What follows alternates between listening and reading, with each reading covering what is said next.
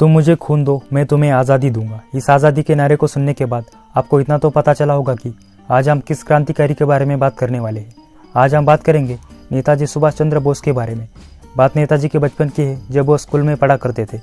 बचपन से ही वह बहुत ही होशियार थे और सारे विषयों में उनके अच्छे मार्क्स आते थे, लेकिन वह बंगाली में कमज़ोर थे। एक दिन अध्यापक ने सभी छात्रों को बंगाली में निबंध लिखने को कहा। सभी छात्रों ने बंगाली में निबंध लिखा, मगर नेताजी के निबंध में बाकी छात्रों की तुलना में अधिक कमियां निकली। अध्यापक ने जब इन कमियों का जिक्र क्लासरूम में किया तो सभी स्टूडेंट उनका मजाक उड़ाने लगे। उनकी कक्षा का एक विद्यार्थी नेताजी को बोला कि वैसे तो तुम बड़े देशभक्त बने फिरते हो, मगर अपनी भाषा पर तुम्हारी पकड़ इतनी कमज़ोर क्यों है। यह बात नेताजी को बहुत बुरी लगी। उन्होंने मन ही मन में निश्चय कर लिया कि वह अपनी भाषा बंगाली को सही तरीके से ज़रूर सीखेंगे। उन्होंने बंगाली पढ़ने में अपना पूरा ध्यान केंद्रित किया और कुछ ही समय में उसमें महारत हासिल कर ली थी। इतने संकल्पवान थे नेताजी सुभाष चंद्र बोस का जन्म 23 जनवरी 1897 को ओडिशा के कटक शहर में हुआ था। उनके पिता का नाम जानकीनाथ बोस और मां का नाम प्रभावती था। जानकीनाथ बोस कटक शहर के मशहूर वकील थे। नेताजी ने कलकत्ता के स्कॉटिश चर्च कॉलेज से दर्शन शास्त्र में स्नातक की डिग्री हासिल की थी। साल 1990 में वह भारतीय प्रशासनिक सेवा की तैयारी के लिए इंग्लैंड पढ़ने गए। उन्होंने 1920 में भारतीय प्रशासनिक सेवा के लिए आवेदन किया और इस एग्ज़ाम में चौथा स्थान हासिल किया। लेकिन भारत माँ के इस दुलारे बेटे ने जब जलियांवाला बाग नरसंहार देखा तो इनका मन व्यतीत हो गया और इन्होंने 1921 में प्रशासनिक सेवा से इस्तीफा दे दिया।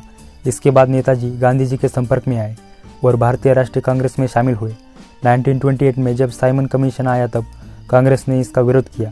1928 में कांग्रेस का वार्षिक अधिवेशन मोतीलाल नेहरू जी की अध्यक्षता में कोलकाता में हुआ था। उस दौरान गांधी जी पूर्ण स्वराज्य की मांग से सहमत नहीं थे। वही नेताजी और जवाहरलाल नेहरू जी को पूर्ण स्वराज्य की मांग से पीछे हटना मंजूर नहीं था।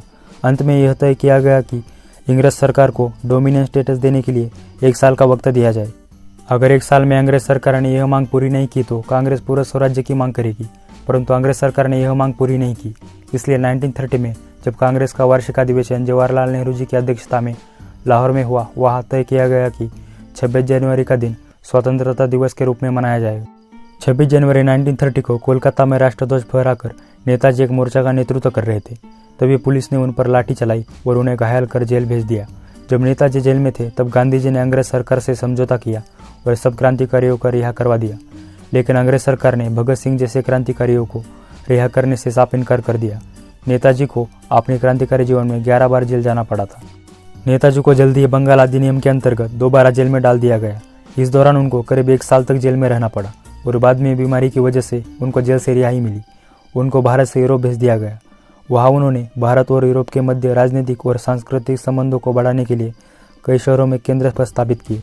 3 मई 1939 को नेताजी ने कांग्रेस के अंदर ही फॉरवर्ड ब्लॉक नाम से अपनी पार्टी की स्थापना की, लेकिन कुछ ही दिनों के बाद नेताजी को कांग्रेस से निकाल दिया गया। बाद में फॉरवर्ड ब्लॉक अपने आप में एक स्वतंत्र पार्टी बन गई। सेकेंड वर्ल्ड वॉर के शुरू होने से पहले ही फॉरवर्ड ब्लॉक ने स्वतंत्रता संग्राम को अधिक तीव्र करने के लिए जन जागृति शुरू की। फॉरवर्ड ब्लॉक के सभी मुख्य नेताओं को कैद कर लिया गया। आज़ाद हिंद फौज का गठन जनवरी 1941 में नेताजी अपने घर से भागने में सफल हो गए और अफगानिस्तान के रास्ते जर्मनी पहुंच गए। उन्होंने ब्रिटिश राज्य को भारत से निकालने के लिए जर्मनी और जापान से मदद मांगी।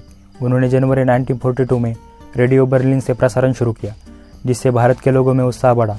1943 में वह जर्मनी से सिंगापुर आए।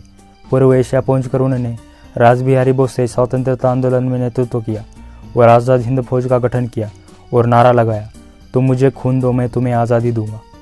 सेकंड वर्ल्ड वॉर के दौरान आज़ाद हिंद फौज ने जापानी सेना के सहयोग से भारत पर आक्रमण किया। अपनी फौज को प्रेरित करने के लिए नेताजी ने दिल्ली चलो का नारा दिया। दोनों फौजों ने अंग्रेजों से अंडमान और निकोबार द्वीप छीन लिए। नेताजी ने इन द्वीपों को शहीद द्वीप और स्वराज द्वीप का नाम दिया। दोनों फौजों ने मिलकर इम्फाल और कोहिमा पर आक्रमण किया। मृत्यु पर विवाद। ऐसा माना जाता है कि 18 अगस्त 1945 में एक विमान दुर्घटना में उनकी मृत्यु ताइवान में हो गई, परंतु उस दुर्घटना का कोई सबूत नहीं मिल सका। नेताजी की मृत्यु आज भी विवाद का विषय है और भारत के इतिहास का सबसे बड़ा संशय है। नेताजी सुभाष चंद्र बोस का जीवन और देश की आज़ादी के लिए किया गया कार्य आज भी हमें प्रेरणा देता है। ऐसे महान क्रांतिकारी को हृदयों की गहराई से प्रणाम। दोस्तों, अगर आपको यह वीडियो अच्छी लगी हो तो वीडियो का लाइक करें और ज़्यादा से ज़्यादा लोगों तक शेयर करें। और आप ऐसे नॉलेजेबल वीडियो को मिस नहीं करना चाहते तो चैनल को सब्सक्राइब करके बेल आइकन को दबाना ना भूलें। जय हिंद।